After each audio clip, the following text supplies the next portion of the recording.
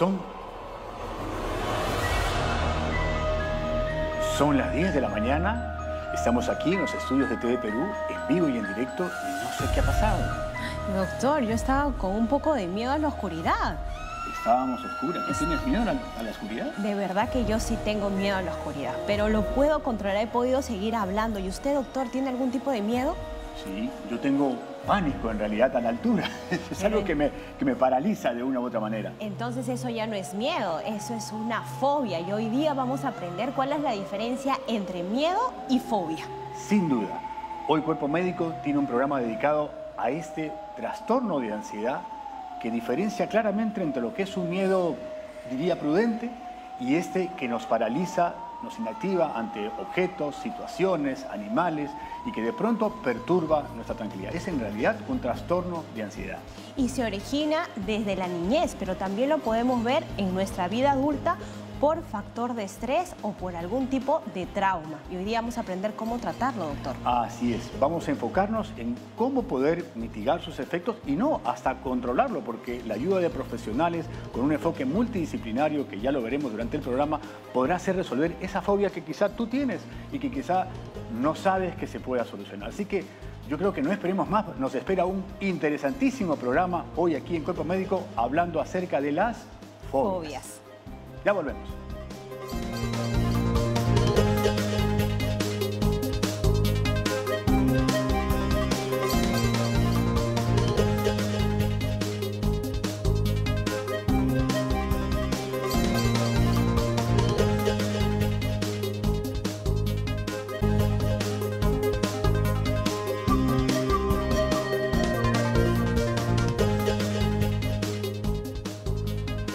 Volvemos con Cuerpo Médico y hoy día, como ustedes lo hemos anticipado, vamos a dedicarlo a hablar acerca de las fobias, ¿no?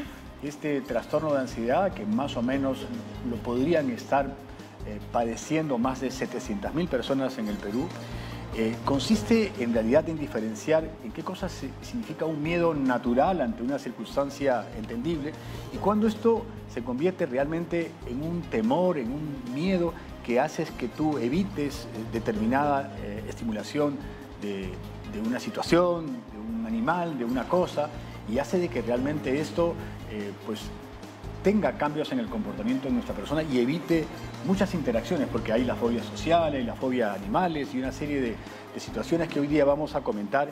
Y para hablar de ello y más y cómo lo podemos tratar, cómo lo podemos resolver, tenemos la grata visita hoy de la doctora Brenda Peralta. Ella es psiquiatra del Centro de Salud Comunitario de San Cosme, aquí en La Victoria, a quien le agradecemos por su presencia aquí en Cuerpo Médico, porque creo que su experiencia será de mucha utilidad para todos nuestros televidentes en todo el Perú. Buenos días, doctora Peralta. Buenos días, gracias por la invitación.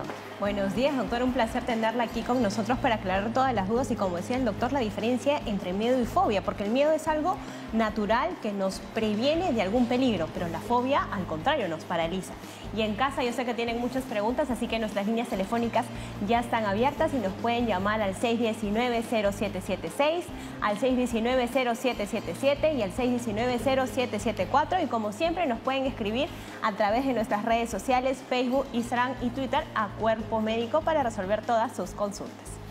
Se comenta que el miedo es algo que todos podemos tener ante circunstancias a lo mejor justificables, ¿no? Al comienzo del programa decimos, hoy estamos oscuras y hay un cierto temor a la oscuridad, pero eso no inhibe que tengamos tareas regulares en la oscuridad y que lo afrontemos y que convivamos con ciertas circunstancias, diría, normales.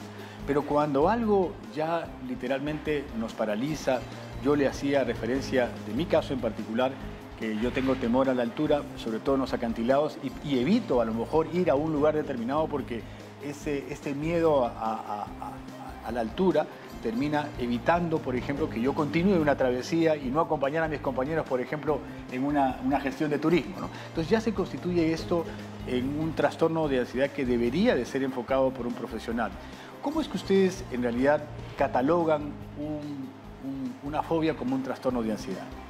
Bueno, para empezar, las fobias, como bien has mencionado, es un miedo extremo. Un miedo extremo, algo que hace que no solamente nos paralicemos, sino que cuando confrontemos esa situación lleguemos a un estado o un ataque de pánico, que es la ansiedad más alta que podríamos tener en la vida, ¿no? O sea, podría haber distintos grados, por ejemplo? O sea, porque también es cierto, o sea, cuando hablamos de ese temor a la altura, no es que, bueno, yo sufra ningún trastorno debido, sino es que, como dice yo, está muy alto, es una cornisa, no me atrevo y lo evito. ¿Eso sería considerado fobia o no necesariamente? En realidad, la fobia es todo aquello temor, sea por una circunstancia, por un animal o por algo, que hace que una persona evite esa circunstancia o esa actividad. La inhibe completamente, al 100%. Entonces, el hecho de que evites la situación completamente ya es una fobia. Y si esto encima llega de repente a alterar algunas interacciones que tengas, sean sociales o pueden ser de repente salir o movilizarte con regularidad, ya se convierte en una fobia, es algo patológico.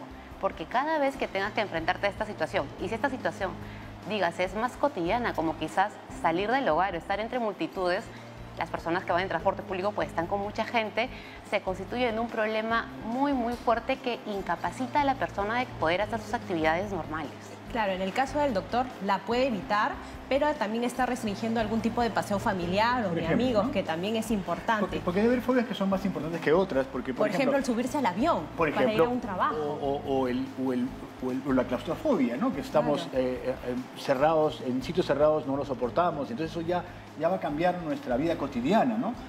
Que es muy distinto que yo, por ejemplo, una cosa como esta de que estoy evitando pues, subir arriba de un cerro, de un edificio, o estos deportes que tienen a los acantilados al frente, ¿no? Claro. Yo podría decir, bueno, lo puedes evitar, es como un gusto, pero hay fobias y fobias. ¿Qué tipos de fobias hay? Hay fobias mucho más comunes, por ejemplo, las fobias empiezan desde la infancia, ¿no? Con los miedos que todos los niños pueden tener y si no tienen como que la seguridad brindada por un adulto, van a tener miedo como que toda la vida y como que van pasando conforme van madurando. Pero hay fobias mucho más fuertes, como por ejemplo la fobia a estar en lugares donde hay muchas concentraciones de personas, claro, que es la agorafobia. La agorafobia. Ajá. Hay fobias también que son bastante incapacitantes para poder realizar la vida cotidiana, como es la fobia social.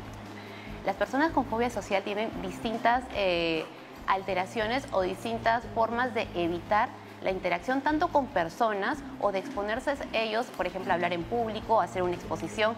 Y pues durante toda la vida nosotros siempre tenemos que comunicarnos, ya que somos unas personas sociales.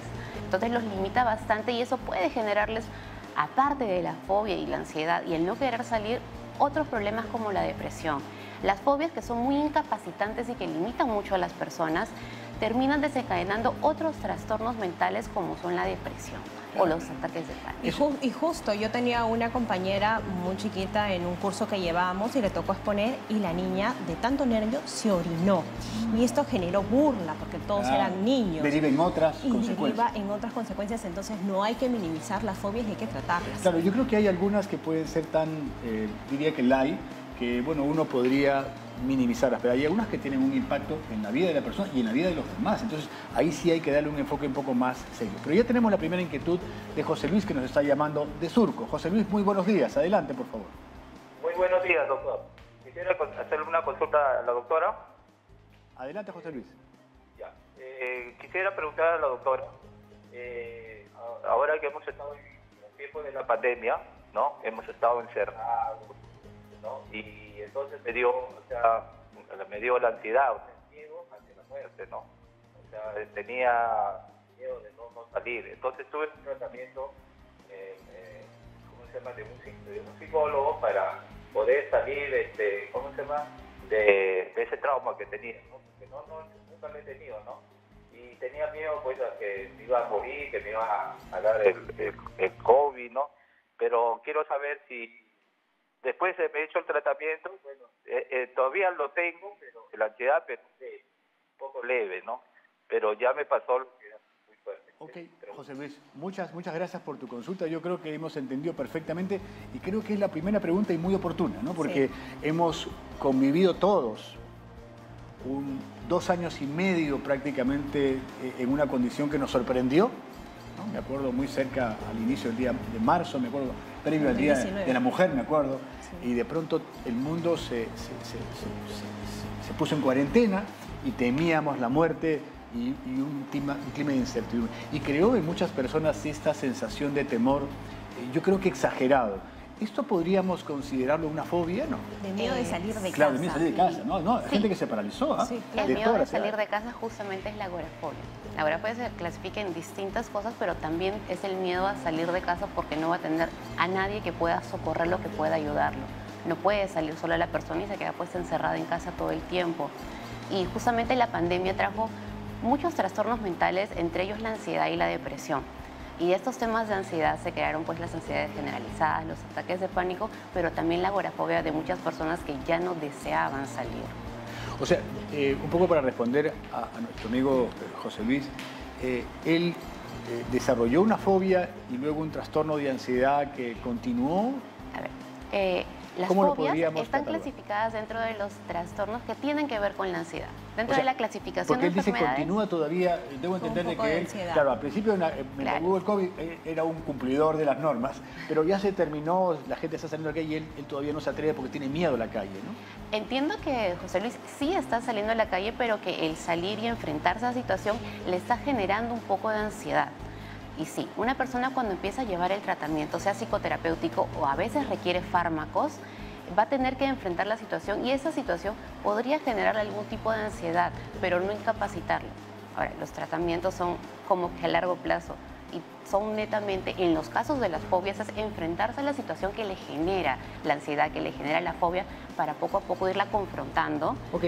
y que la O sea, José ansiedad Luis vaya tiene que buscar ayuda de disminuyendo. todo. Claro, ya sabemos que la fobia no se controla voluntariamente y hay que decirle a la familia, porque a veces muchos dicen, pon de tu parte, y hay que tratarla. Y tenemos una llamada de Luis de San Juan de Miraflores. Buenos días, Luis.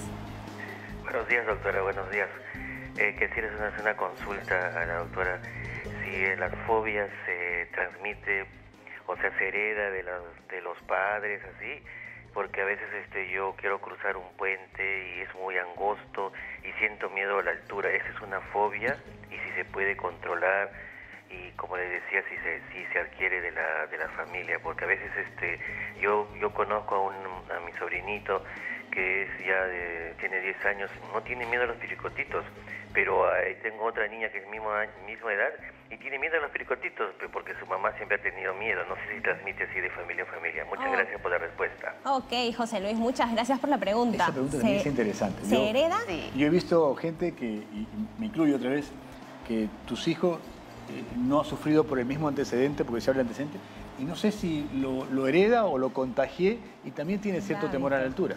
A ver, contestando la pregunta de Luis, sí, el tema de las fobias sí puede ser heredado, pero no al 100%. Es decir, hay mayores probabilidades de que los hijos de adultos que tienen fobias tienen 3 veces más probabilidades de sufrir de la misma fobia o de alguna fobia. Eso es la parte genética. Pero también tenemos la parte del modelado de la conducta. Es decir, si yo soy un niño que he crecido con padres que tienen fobias bastante marcadas y específicas, probablemente yo también las adquiera, ya que esas limitaciones que ellos han tenido y esos miedos que tienen a enfrentarse, me los van a transmitir a mí. Entonces, de repente eso es más común de encontrar. El Niños que por modelamiento de modelado de los conducta. padres empiezan a desarrollar las fobias. Eso es algo importante. Yo lo veo en el consultorio porque yo atiendo niños y los niños están jugando en el patio, en el hospital, y la mamá dice, no te muevas porque voy a llamar a la dentista para que te saque el diente o te ponga la aguja. Y el niño entra al consultorio ya con el miedo increíble. Entonces estamos creando un miedo innecesario, ¿no? O el miedo al pericote, la mamá y el niño también. Entonces hay que Tal tener cual. bastante cuidado con esto. Muy bien, doctora Peralta. Tenemos a Paola en un centro de salud comunitario. Vamos a enlazarlos con Paola. ¿Cómo estás, Paola? Muy buenos días. ¿Qué tal, doctores? ¿Cómo están? Muy buenos días. Con los pelos de punta estoy, doctor, porque están hablando de las fobias y me ha hecho acordar a una fobia que yo tengo y que la voy a decir aquí en cámara. Yo le tengo muchísimo miedo a las serpientes. Cuando recién empezamos el programa, me acuerdo que íbamos a tener un enlace con un especialista que tendría una serpiente. Yo de verdad estaba nerviosísima. Luego, afortunadamente, nos dijeron que al final no se iba a hacer el enlace con ese reptil y de verdad que me regresó el alma al cuerpo. porque si lo puedo evitar, definitivamente voy a evitar estar en contacto con estos animales porque me generan un miedo, un pánico y de verdad no me imagino cómo hubiese reaccionado en ese momento. Pero bueno, afortunadamente no se dio. Nuestro compromiso en Cuerpo Médico es darle o poner en conocimiento de la ciudadanía todos los servicios que ofrecen los centros de salud mental comunitario. Hace unos días estuvimos en un centro de salud mental comunitario en Santa Beatriz y ahora hemos llegado a La Molina. La vocera, la que me va a explicar todo sobre este centro de salud mental comunitario, es la licenciada Yesenia Segarra Salas, tecnóloga médica en terapia ocupacional del Centro de Salud Mental Comunitario La Molina. Vamos a centrarnos específicamente, Yesenia, en tres aspectos fundamentales de este centro. Ok, muy buenos días, bienvenida Paola. Nosotros estamos en el Centro de Salud Mental Comunitario La Molina. Acá dirigimos un servicio de terapia ocupacional para pacientes de todas las edades, niños, adolescentes, adultos mayores, con diferentes patologías, ¿no? Y justamente hoy día conversando con Paola, que hablaban de los miedos y las fobias, es importante saber que dentro de la salud mental a veces tenemos mucho miedo los padres cuando nos dan diagnósticos de nuestros niños que no son favorables para su desarrollo. Entonces, por ejemplo, es muy difícil que a un papá le digan que tu niño pueda tener muchas dificultades para poder desempeñarse después como un futuro adulto, un ciudadano, ¿no? Productivo. Claro, como o procesar, Yesenia, la noticia de que nuestro hijo tiene autismo. Exactamente, ¿no? O sea, es muy difícil para cualquier padre asimilar el diagnóstico de un niño con autismo. Por esa razón, muchas veces acá en el Centro de Salud Mental Comunitario somos todo un equipo de trabajo de profesionales de salud, ¿no? Donde estamos los terapeutas ocupacionales, los terapeutas de lenguaje, los psiquiatras, los médicos de familia, las psicólogas, las trabajadoras sociales, nuestros técnicos también y un personal administrativo completo al servicio de la comunidad. En este caso, desde terapia ocupacional, trabajamos las evaluaciones del neurodesarrollo para ver cuáles son las dificultades que presenta mi niño con autismo y hacerle entender al papá de por qué su niño no hace contacto visual, de por qué su niño tiene miedo a salir a la calle, por qué su niño tiene miedo a jugar, a socializar, a comunicarse. Mucho del trabajo en salud mental es concientizar, empatizar con el problema y hacer que nuestros padres sean parte del equipo. Entonces, en salud mental comunitaria, en terapia ocupacional, educamos mucho al papá, desde el diagnóstico, desde las habilidades y destrezas en el desarrollo integral y cómo esto va a ayudar al niño en la etapa familiar. O sea, el papá tiene que trabajar desde la casa con los recursos que tiene para ayudarlo en el juego, en sus actividades de la vida cotidiana, en sus dificultades de conducta o emocionales, ¿no? Yo decía al inicio, Yesenia, que sí, Paula, vamos a centrarnos en tres aspectos porque las patologías que se abordan en este centro son muchísimas, pero por un tema de tiempo vamos a centrarnos primero, ¿no?, en el abordaje de los niños que tengan algún aspecto del trastorno autista. También, por ejemplo, la rehabilitación, me comentabas, laboral. Sí. ¿No? Y luego el último punto era los pacientes que que están presentando en un programa de continuidad de cuidados, que son los pacientes que tienen esquizofrenia. Entonces centrándonos nuevamente. Okay. Empezamos con el autismo. Ok, sí, como les decía, tenemos padres por los cuales nosotros trabajamos para todo el trabajo de participación de sus niños en su vida cotidiana, en su juego y en su colegio.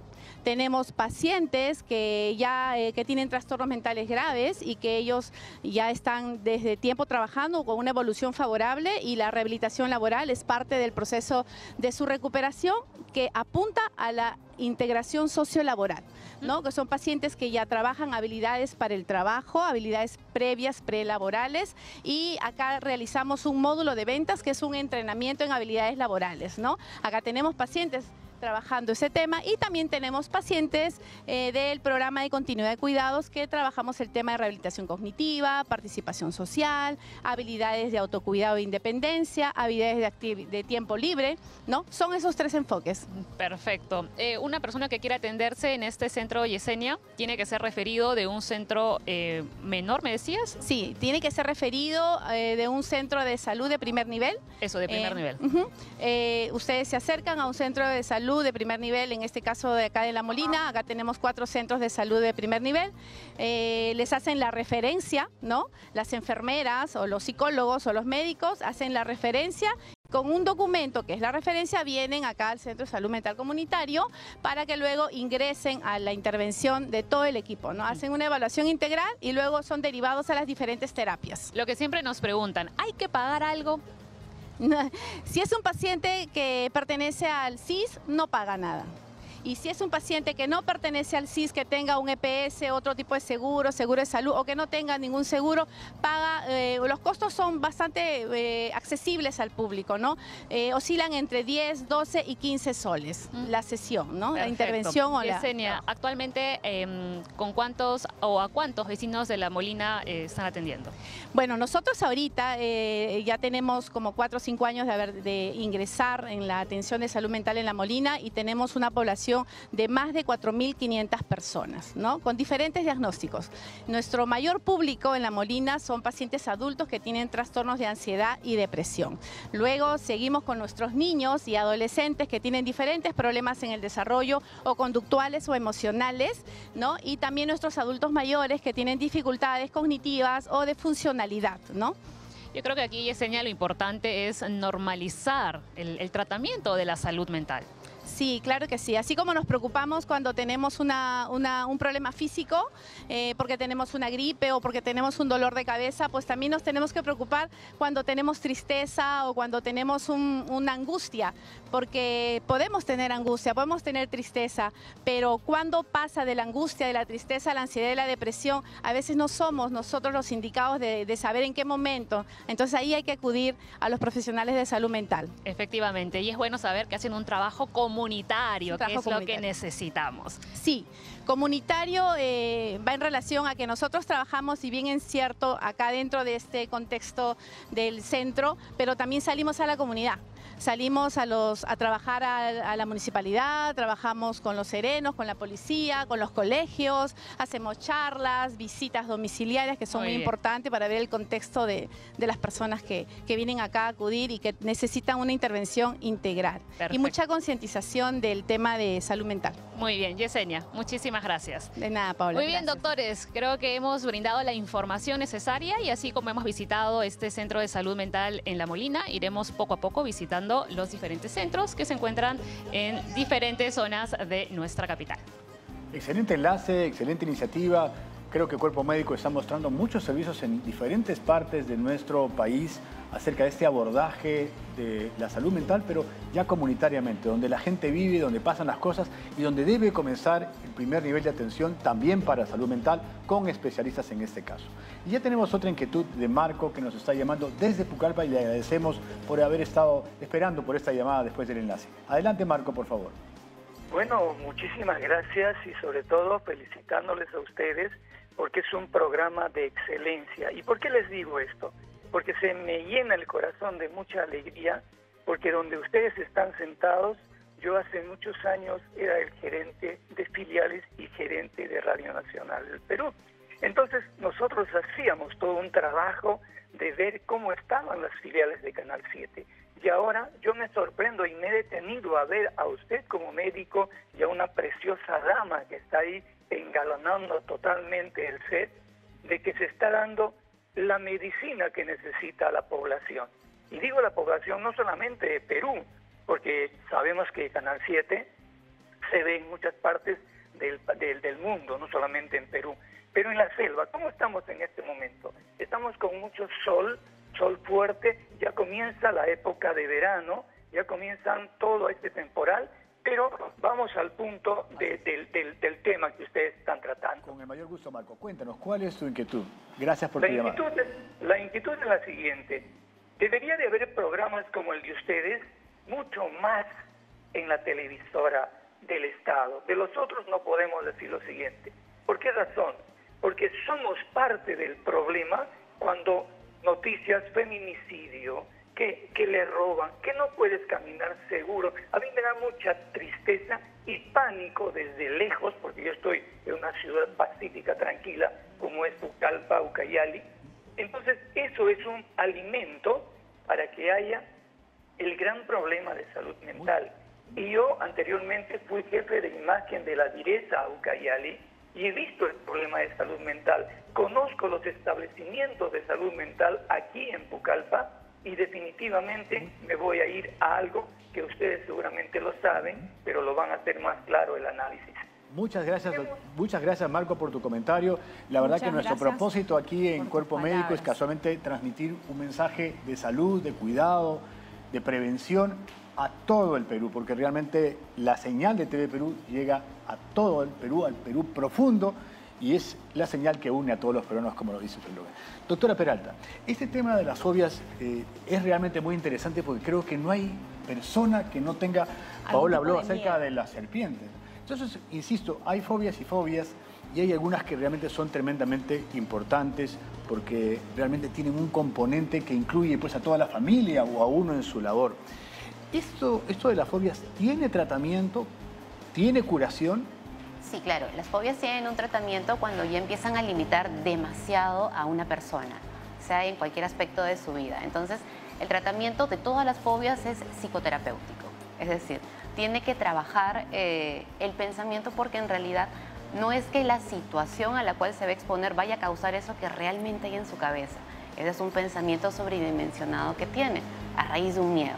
Entonces, eso se trabaja en psicoterapia y la forma más específica de trabajarlo es exponerlo de a pocos a la situación que le genera la fobia. Ahora, hay algunas fobias que son más incapacitantes y como les había mencionado algo, en algunas ocasiones se pone en comorbilidad con otros trastornos por las limitaciones que podrían causar. En esos casos sí debemos usar psicofármacos. Claro, pero lo importante es que la gente se quede con una idea, ¿no? Si uno tiene una fobia, claro, una puede ser más importante que la otra, pero tiene un abordaje profesional, tiene un tratamiento, tiene una curación, y esto va a depender un poco de algo que siempre lo hablábamos, inclusive fuera de la perseverancia, ¿no? Porque hay mucha gente que piensa que va una vez y ya se solucionó. Tiene que haber una continuidad en el proceso. Claro, y en general los temas de salud mental no es una visita o un esquema de tratamiento de 7 días o 14 días como regularmente son las enfermedades. No, los temas de salud mental son terapias por meses, más de 6 meses, tratamientos, si es que necesitas llevarlo, también por más de 6 meses. Y eso es algo que la continuidad en el tratamiento, la mayoría de personas no lo hacen. Muy bien, doctora. Vamos a un corte y ya regresamos con Cuerpo Médico más hablando acerca de las fobias.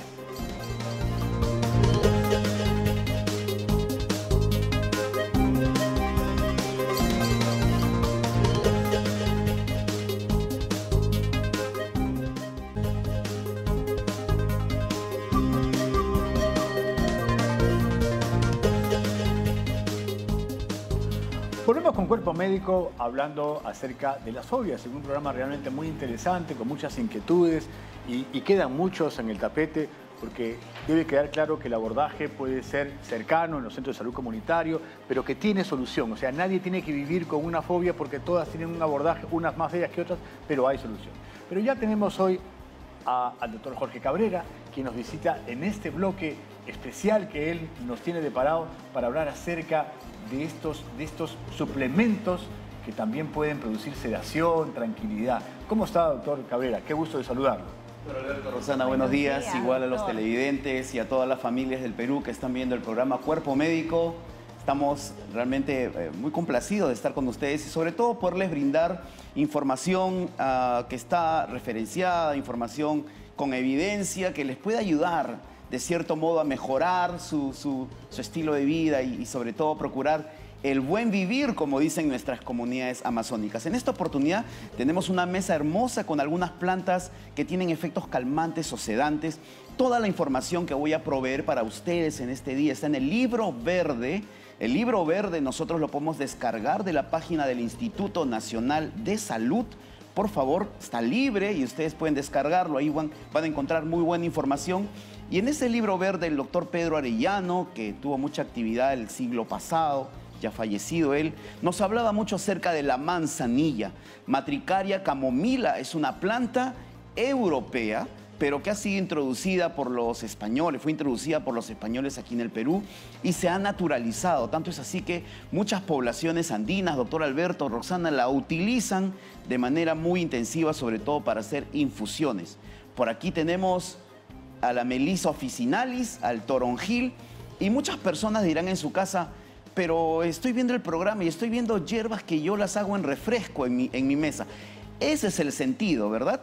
Poder encontrar plantas que se usan habitualmente, cotidianamente, pero añadirles información muy importante para que en la familia sepan que, por ejemplo, frente a un proceso de estrés o las personas pueden estar de repente un poquito indispuestas, alguna de estas plantas que nosotros las utilizamos como infusión nos pueden ayudar, por ejemplo, a calmar nuestro estado de ánimo, ¿no es cierto? Y a no estar de repente tan desesperados. Como conocemos la manzanilla, todos conocemos las propiedades de la manzanilla, pero justo en el bloque anterior hemos estado hablando en el corte sobre la flor de la manzanilla. A ver, cuéntanos qué propiedades, porque generalmente botamos esa florcita que me dices tú que tiene muy buenas propiedades. Bueno, estamos botando justamente la parte de la planta que tiene propiedades muy importantes, ¿no? Estamos hablando de las flores.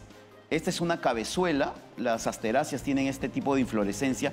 Aquí en esta cabecita que nosotros vemos hay muchas flores, muchísimas. Entonces, esta cabezuela, cuando nosotros inclusive la apretamos y la olemos, vamos a percibir el aroma de los aceites esenciales y de otros componentes que tiene la planta, flavonoides, etcétera, y que justamente tienen este componente de poder sedar a la persona, de poder calmarla, ¿no? Entonces, esta es una planta muy estudiada, es una planta que ya en Europa ha sido sumamente trabajada, entonces su efecto está comprobado. Por aquí tenemos otras plantas, Roxana. Por ejemplo, el boldo es una planta que, como ya conversábamos también con algunos aquí en el set, decían es para el hígado. Exacto. Funciona como una planta que ayuda en la secreción biliar, pero que también tiene otros componentes y otros metabolitos. Están referenciados en revistas académicas indexadas de que el boldo también tiene flavonoides, por ejemplo, que tienen estas propiedades sedantes y que nos pueden ayudar a poder contrarrestar pues esos estados de ánimo un poquito alterados, ¿no es cierto? Y aquí tenemos una planta que también es maravillosa, es el famoso tilo. Muchas personas que están en la región andina, Cajamarca, en La Libertad, seguramente tienen este arbolito en su huerta. Un arbolito introducido también por los españoles, pero que muchos ya lo cultivan y aprovechan las flores del tilo, Roxana, doctor Alberto, para poder preparar algún tipo de infusión.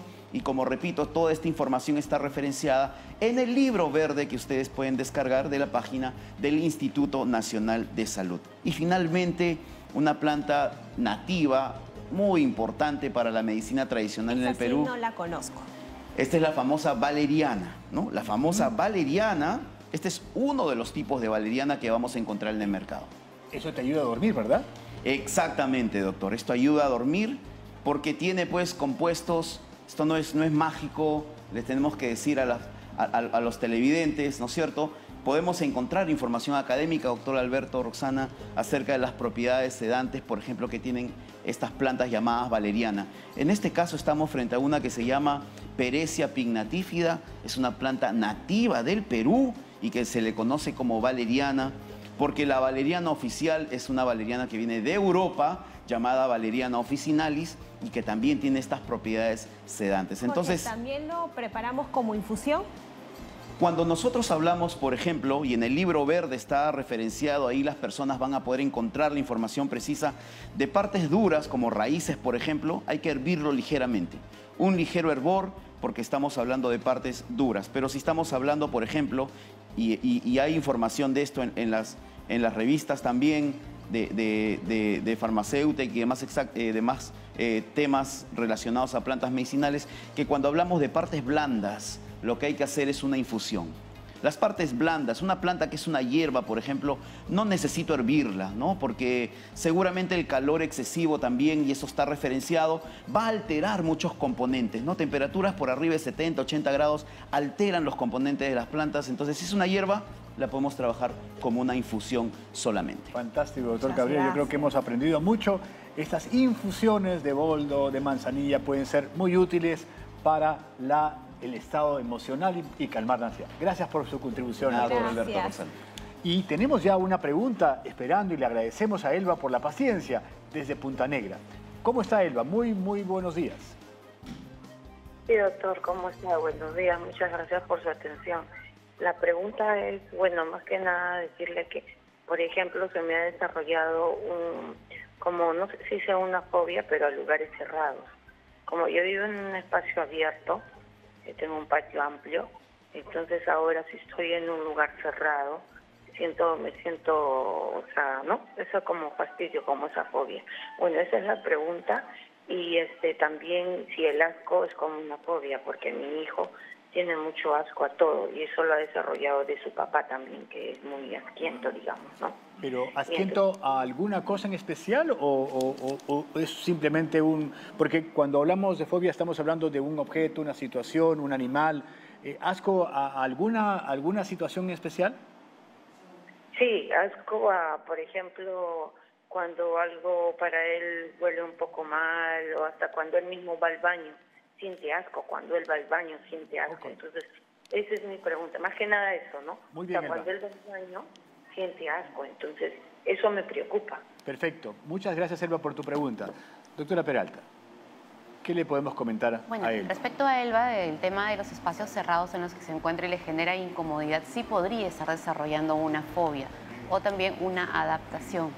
Una adaptación de que estaba pues en espacios abiertos y ahora pues tiene que estar de repente en un espacio más reducido.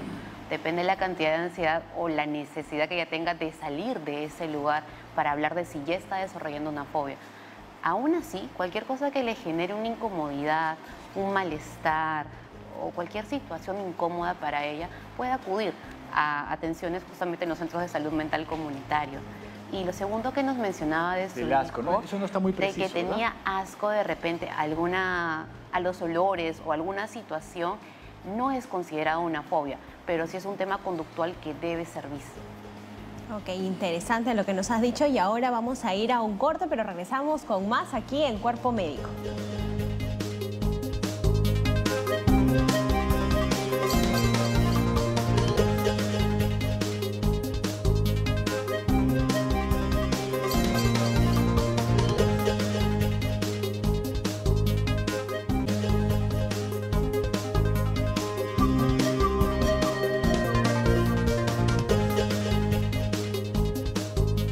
El tiempo nos queda corto para hablar de este interesante tema de las fobias.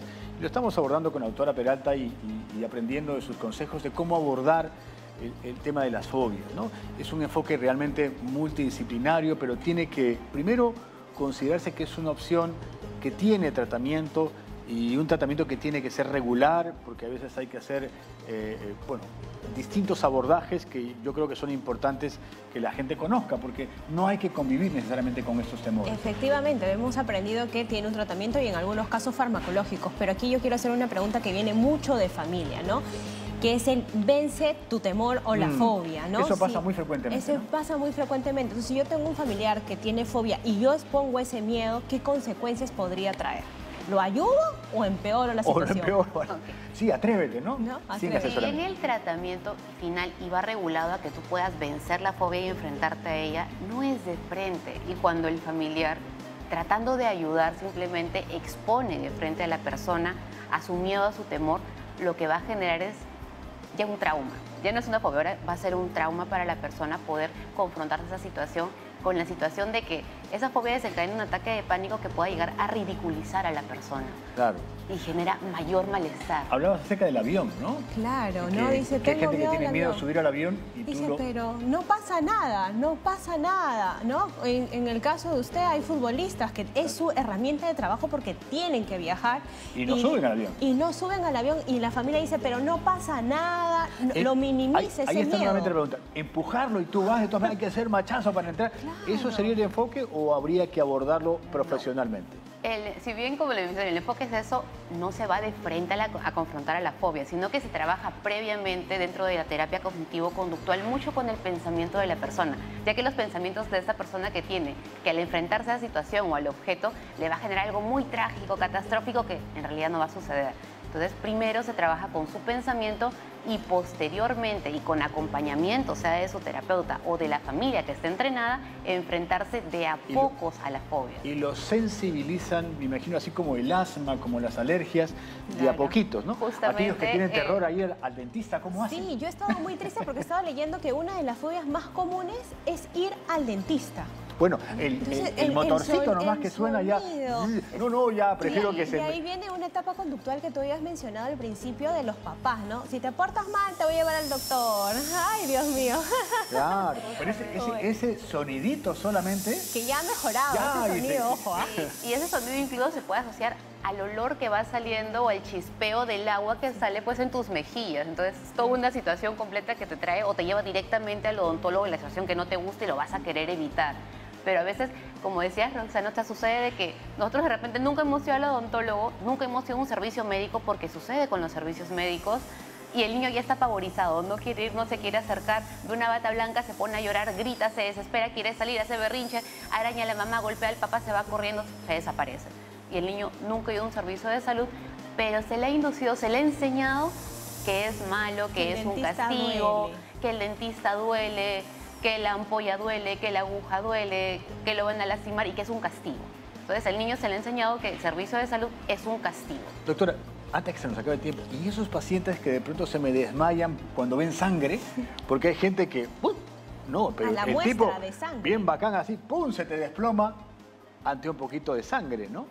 ¿Cómo hacemos con ello? O sea, a ver, tanto en el tema del dentista como en el tema de la sangre, o el tema que no puede subir al avión, ¿cómo es que en estos casos, que estoy seguro que mucha gente que nos está viendo en todo el país tiene casos de ellos, ¿cómo es que los debemos abordar? ¿Cómo es que le debemos dar una solución a ese problema? Si de repente tenemos una situación de que una emergencia, mañana tengo que viajar, yo no me puedo subir al avión. Lo que la familia puede hacer con la persona es, para empezar, prepararlo mentalmente. O sea, mira, vas a subir al avión y probablemente te dé bastante miedo. Ponerme en el lugar, empatizar con mi familiar que tiene el problema. Pero te voy a explicar algo. Si subimos al avión y tu miedo de repente es que se pueda caer, vamos a buscar cuántos aviones se han caído en el último año en la aerolínea que vamos a viajar. Te vas a dar cuenta que no son muchos. A pesar de eso te puede generar miedo, te puede generar ansiedad. ¿Qué te parece? Y justamente nombro al doctor que estuvo hablando de las hierbas. Tomamos un matecito de manzanilla, un poquito de valeriana para que te tranquilices antes de subir al avión. Si te da temor, tú me puedes coger la mano, me puedes decir que te causa miedo y podemos respirar juntos para que te tranquilices. Es con un caso de emergencia que no puedo acudir a terapia, pero siempre hay que sensibilizarlo al paciente. O sea, hay que pasar por una experiencia psicoterapéutica en la cual, más allá de descubrir un poquito dónde está esta fobia, cómo lo voy exponiendo a sus temores, pero con un profesional. No es súbete al avión, vamos al hospital, te llevo al dentista y claro, con rabieta y todo. Eso es la forma de mostrar bravura y enfrentarnos. No de esa forma no. Porque esto, como les digo, podría generarle un estrés postraumático y eso muchísimo más serio que una fobia. O sea, ese es otro mensaje también que hemos aprendido el día de hoy. Detrás de una fobia y detrás de esto aparentemente controlado puede desarrollarse otros trastornos de ansiedad cuando esto es impactado severamente. Ese estrés postraumático es una variedad de ansiedad, ¿verdad? O quizás es otro tipo de ansiedad que ya es crónica. Fue un trauma que de repente para nosotros un evento no puede ser traumático, pero esa persona procesa en su memoria y en su pensamiento de una manera distinta la situación. Como todos somos distintos, todos procesamos la información que recibimos de manera distinta de acuerdo a lo que hemos vivido y a lo que tenemos de experiencia. Y en esa persona, esa sola experiencia puede generarle un trauma para toda la vida que sea crónico y es bastante discapacitante. Claro, porque esto no es así solamente de tener temor. Hay gente que cambia su homeostasis, hay gente que se desmaya producto, ve sangre, ve una jeringa, ¡pum!, y se te desploma. O sea, no es solamente miedo, es pánico y realmente cambios en nuestros indicadores internos. Lo que hemos aprendido que la diferencia entre miedo y fobia, que tiene tratamiento, es importante seguir el tratamiento y que hay que ser empáticos. Fantástico. Bueno, no hay tiempo para más, es una pena, ha sido un lindo tema. Le agradecemos a la doctora Peralta por su gentileza de haber llegado a todo el Perú con un consejo de salud, en este caso en salud mental, hablando de las fobias. A todos ustedes, queridos amigos, muchas gracias. No se olviden, el día de mañana tendremos aquí en Cuerpo Médico un programa muy especial, también muy prevalente, el asma bronquial, y ver cómo lo podemos abordar también con un enfoque multidisciplinario. A todos ustedes, muchas gracias y ya nos conectamos con Conecta Perú. Listo, hasta mañana, ya nos vemos. Chao, bye bye. Chao.